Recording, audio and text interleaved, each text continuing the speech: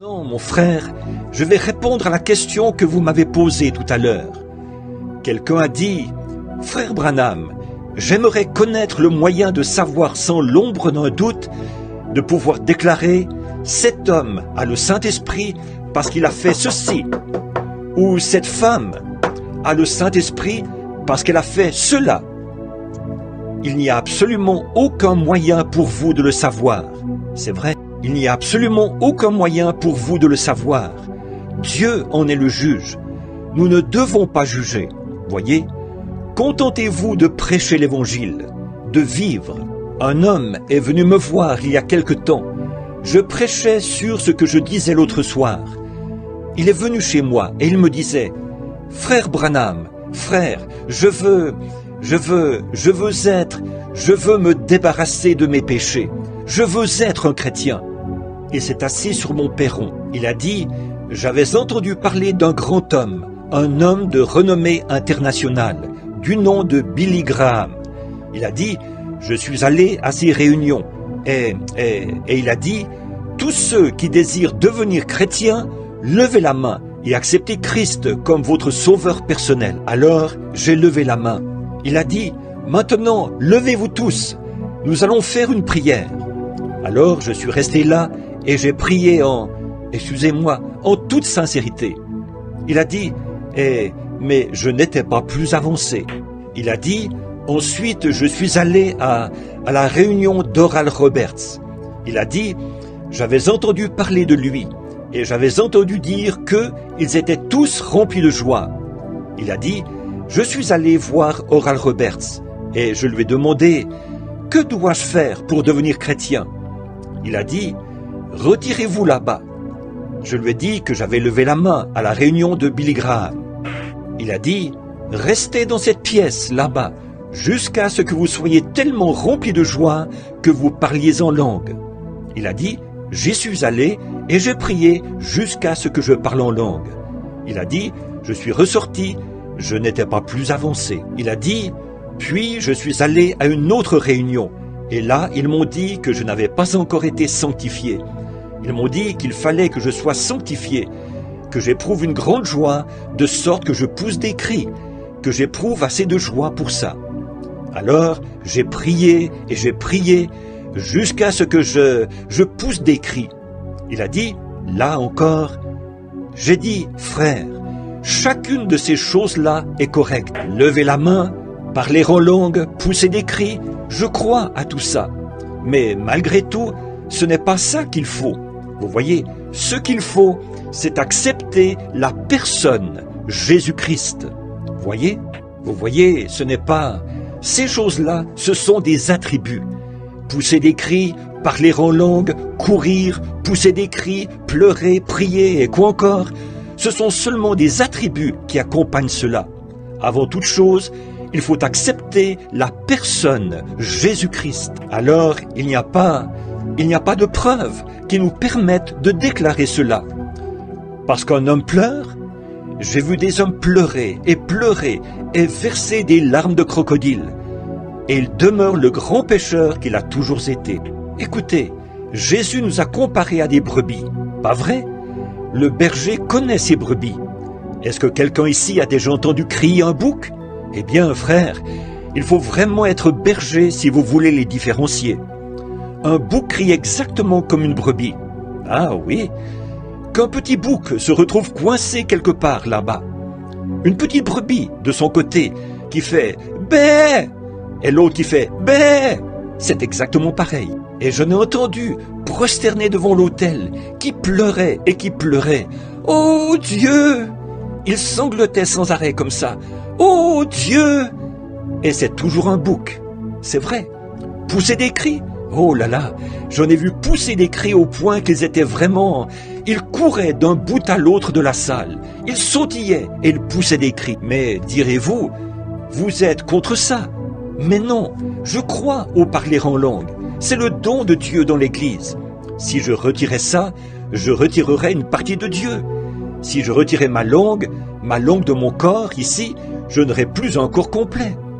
Dans le corps de Jésus-Christ, il y a des langues. Dans le corps de Jésus-Christ, ici, il y a des langues. Si vous retirez ça, vous retirez une partie de Christ. Mais malgré tout, vous ne pouvez pas dire que ça, c'est le corps. Vous voyez? Seulement, voilà. Il s'agit d'accepter la personne, Jésus-Christ. Et alors, ces autres choses entrent, et elles s'ajustent parfaitement.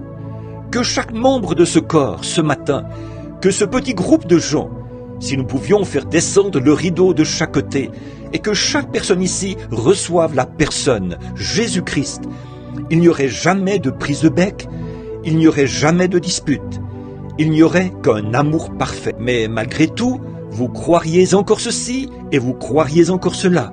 Mais ce serait tellement rempli d'amour que vous... Voyez, c'est ça.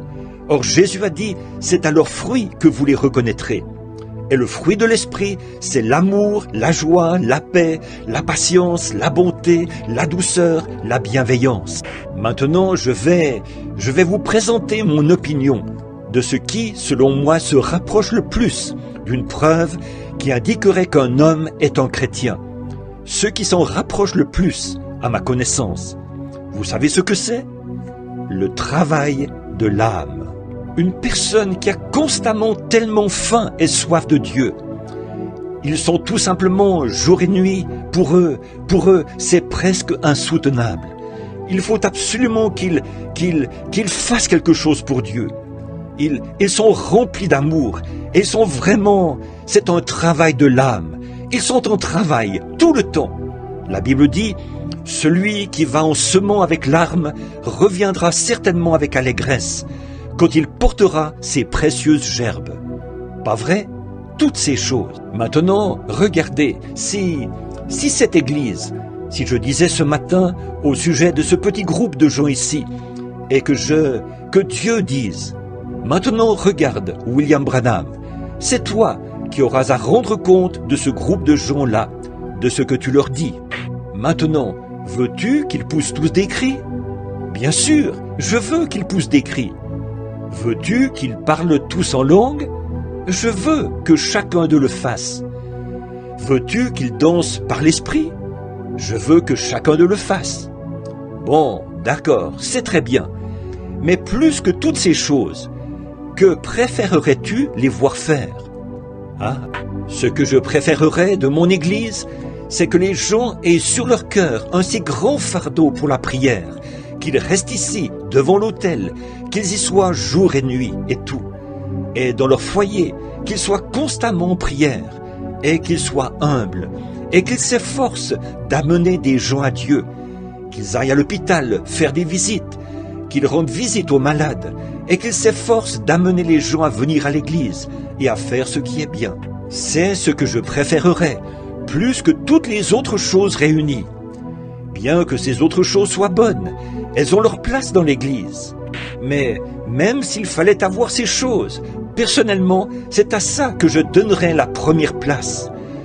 Parce que si vous avez ça, les autres choses viendront. Oui.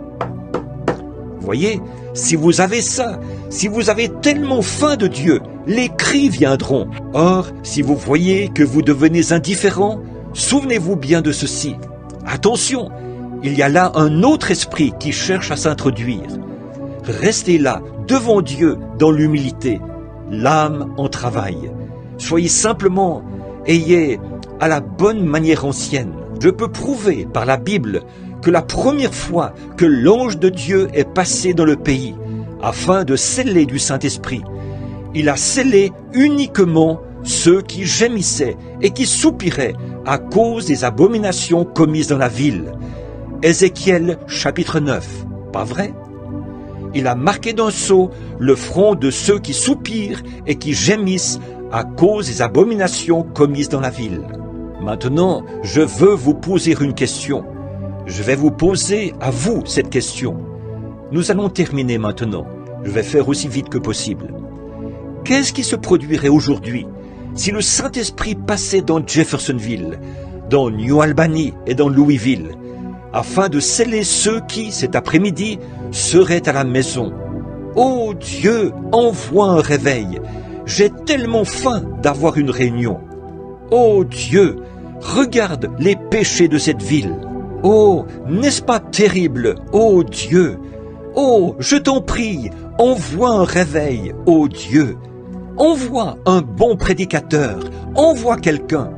Ô Seigneur, que le Saint-Esprit, où est-ce qu'il mettrait son sceau? Réfléchissez à ça.